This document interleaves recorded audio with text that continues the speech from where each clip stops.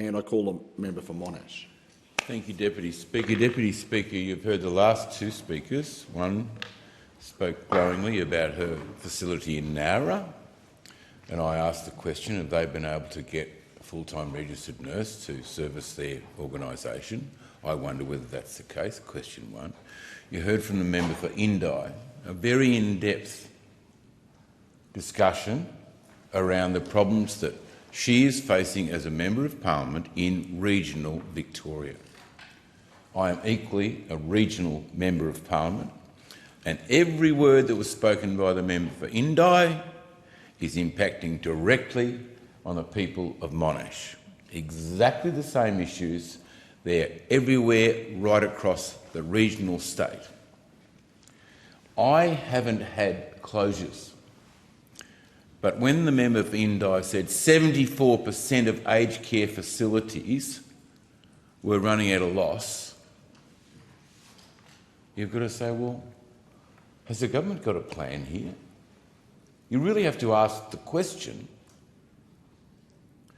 It's great that the government have decided that aged care workers across all levels will wanting to get a 15% pay increase.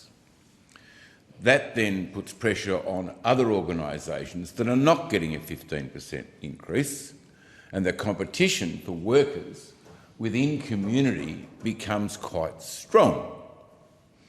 And therefore, it creates other problems. I am not denying the aged care workers, as I've said for all of my political career, because I have had a long-term issue around aged care.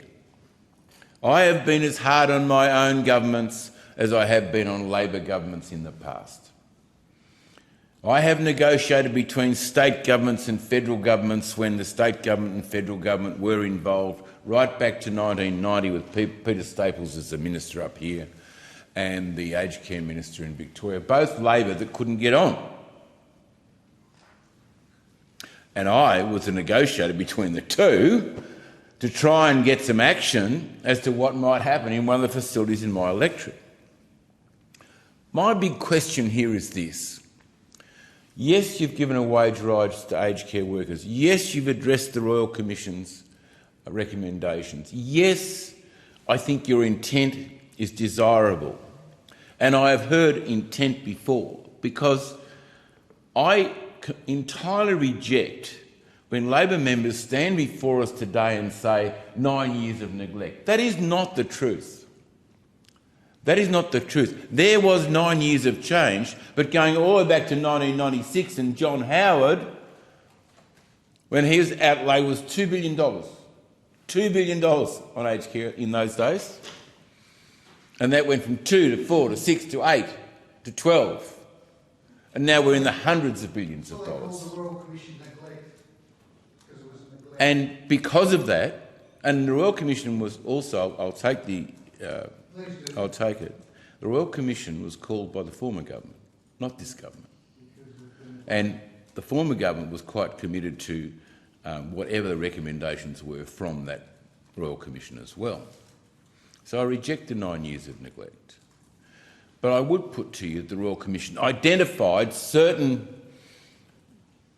establishments, certain providers that were in neglect.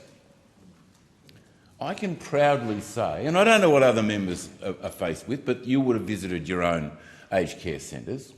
I can proudly say that my providers, on the whole, do a magnificent job.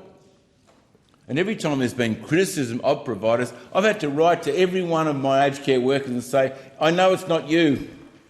I know it's not you. Labor has not got a plan for the future, an overall future. If you give a wage increase like that, have you indexed it every year so that providers won't be paying that extra money every year and have to cop that as an expense against their business? And then over 10 years you've got that increase in expense with no support from government to cover it.